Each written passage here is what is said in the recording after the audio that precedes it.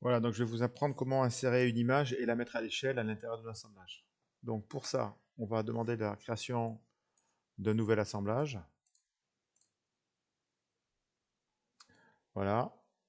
Là-dessus, on va rien insérer pour le moment, donc on va tout fermer. L'assemblage s'appelle assemblage 2. D'accord, je vais renommer cet assemblage sous le nom griffe de caméra. Alors dans le bon dossier, hein. Donc pour moi, je vais enregistrer mon travail sur le bureau de mon ordinateur. Première STI 2D, griffe de caméra 2025. Okay. Donc là, je vais l'appeler griffe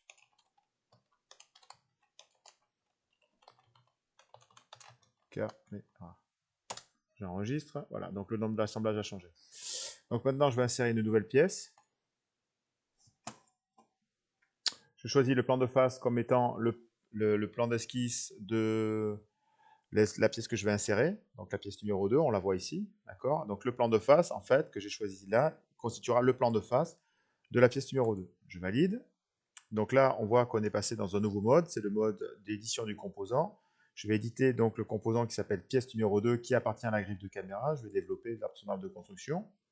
Je vois que l'esquisse numéro 1 est ouverte, d'accord, on voit qu'elle est ouverte ici, et je vais donc tracer, comme je vous l'ai dit, un cercle que je vais définir en ligne de construction et dont le rayon est égal à 6,9. Je fais x2 pour avoir le diamètre. Je peux, si je le désire, demander l'affichage sous forme de rayon, comme ceci. Je valide. Je renomme mon esquisse comme étant référence. Voilà.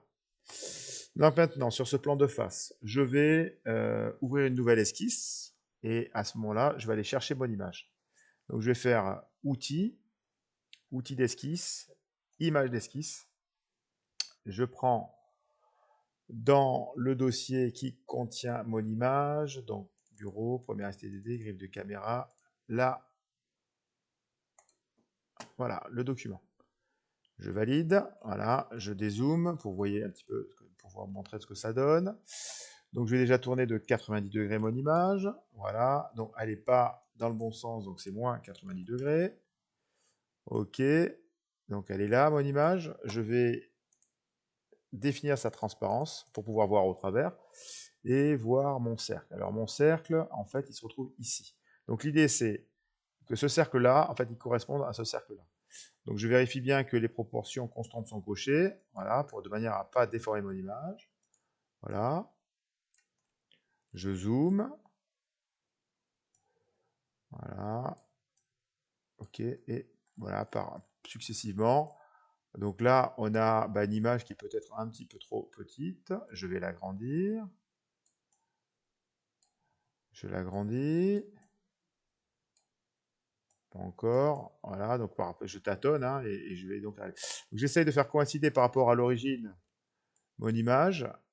Voilà, ok. Je vois que le cercle que j'ai tracé est encore un peu grand par rapport à la taille de mon cercle qui est présent sur mon image. Je vais donc agrandir. Alors je vais agrandir par exemple, je vais passer à 37.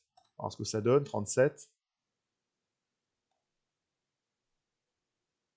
Ouais, je suis pas trop mal. Voilà. On pourrait faire 37. Ouais, on va chipoter, on est pas mal. On est pas mal. Donc on va rester comme ça.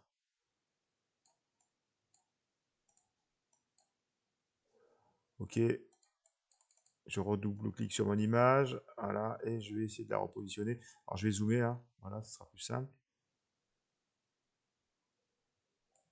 Voilà. Donc je dézoome. Ouais, voilà, donc c'est plutôt pas mal. Voilà. Donc mon image est placée, je valide. Je sors de mon esquisse, je sors du mode insérer les composants, et je vais renommer cette pièce en cliquant 2 fois lentement dessus, et je vais l'appeler image. Voilà. Donc cette pièce, elle s'appellera image. Voilà. Et ça me servira de base pour le reste. Voilà. Donc ça, c'est la première étape.